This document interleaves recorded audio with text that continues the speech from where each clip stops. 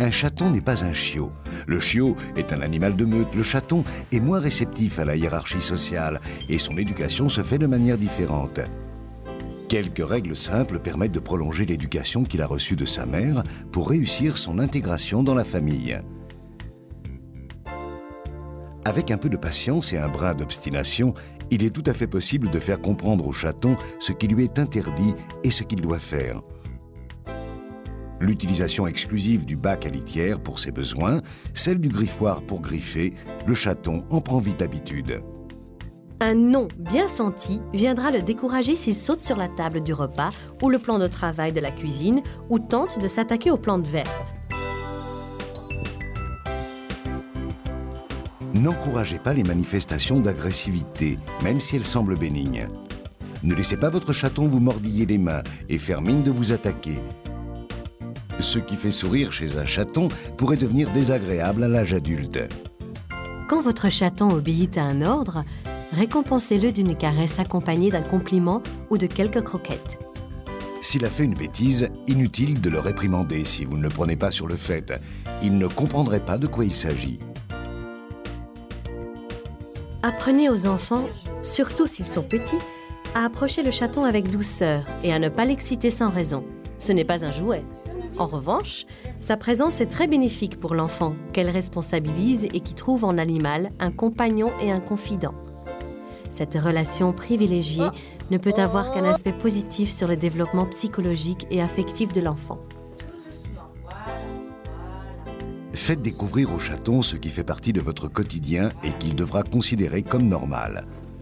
Cela va du panier, au transport en voiture, au bruit de l'aspirateur ou des aboiements du chien des voisins, du son de la télévision à la visite chez le vétérinaire.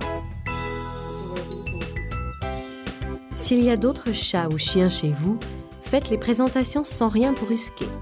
Il faut parfois un peu de temps pour s'entendre. Veillez surtout à ce que tous les chats de la maison puissent avoir un accès libre à la nourriture et que chacun ait son bol particulier. Dernier point, ne négligez pas la curiosité proverbiale du chaton.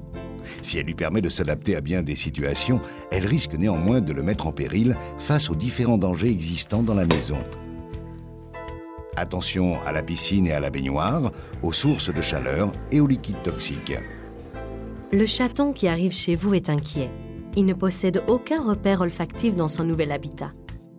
En le marquant de ses odeurs corporelles, il fait de son domaine un territoire dont le balisage personnel le rassure. Ce territoire aménagé avec soin par le chaton lui permet de délimiter ses zones d'activité, là où il mange, fait ses besoins, joue, se repose ou dort. Ainsi, il se sentira vraiment chez lui.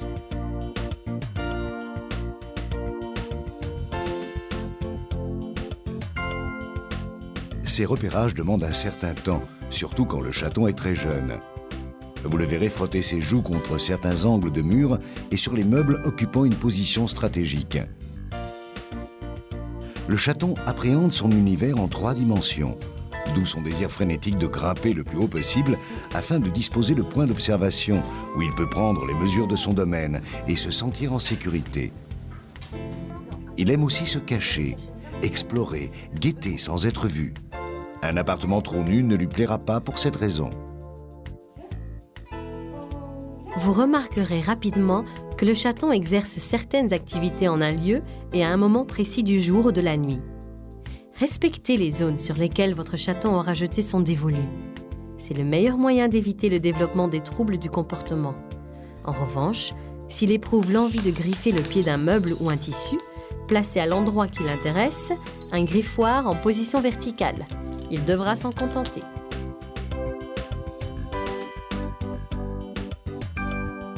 Si vous disposez d'un jardin, inutile d'enfermer votre chaton trop longtemps. Les premières promenades se feront sous haute surveillance. Un bruit de voiture, l'arrivée d'un autre animal pourrait l'effrayer et le faire fuir, car là aussi, comme à son arrivée dans la maison, il se trouve dans un espace où il ne retrouve aucune odeur personnelle apaisante.